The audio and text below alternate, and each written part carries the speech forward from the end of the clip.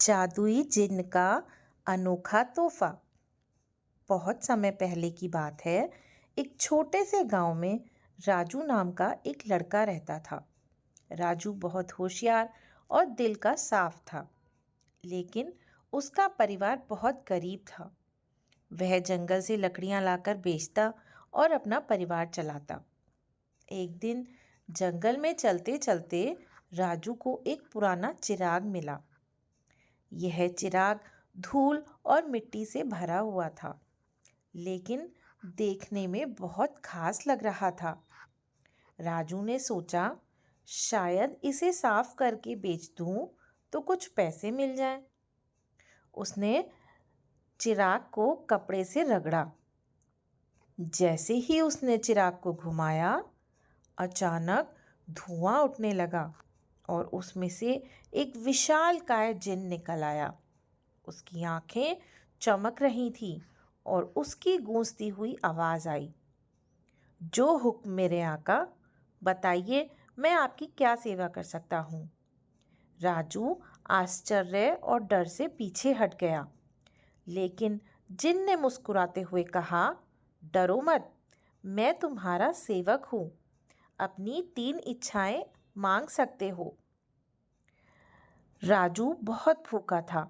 उसने बिना सोचे जिन्न से कहा, मुझे अपने और मेरी माँ के लिए ढेर सारा स्वादिष्ट खाना चाहिए।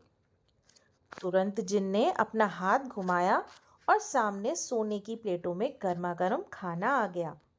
राजू तो खुशी से उछल पड़ा और जल्दी से घर जाकर अपनी माँ को यह चमत्कार दिखाया। राजू की माँ बहुत खुश हुई और उन्होंने कहा, बेटा, यह जिन्न बहुत शक्तिशाली है, सोच समझकर इच्छा मांगना। राजू ने सोचा और जिन्न से कहा, हमारा घर बहुत पुराना और टूटा फूटा है, हमें एक नया सुंदर घर चाहिए। जिन्न ने अपनी जादुई शक्तियों से एक झलक दिखाई और देखते ही देखते उनका छोटा सा झोंपड़ा एक बड़े और सुंदर महल में बदल गया। गांव के लोग यह देखकर चकित रह गए और राजू की किस्मत पर हैरान थे। लेकिन राजू के मन में अब भी एक अंतिम इच्छा थी। राजू सोच में पड़ गया कि आखिरी इच्छा क्या मांगे। उसने देखा कि गांव में कई गरीब लोग अब भी भूखे और परेशान हैं। उसने जिन्न से कहा कि मैं चाहता हूँ कि मेरा पूरा गांव खुशहाल और समृद्ध हो।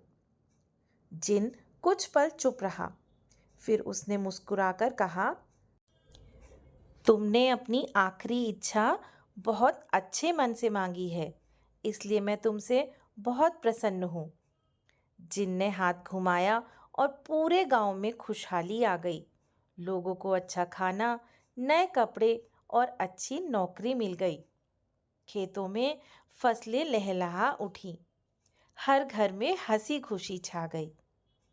फिर जिन्न ने धीरे से कहा, अब मेरा काम पूरा हुआ आका, अब मैं हमेशा के लिए चला जाऊंगा।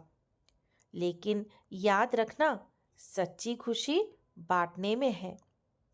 इतना कहकर जिन्न फिर से चिराग में समा गया और चिराग धीरे धीरे अदृश्य हो गया।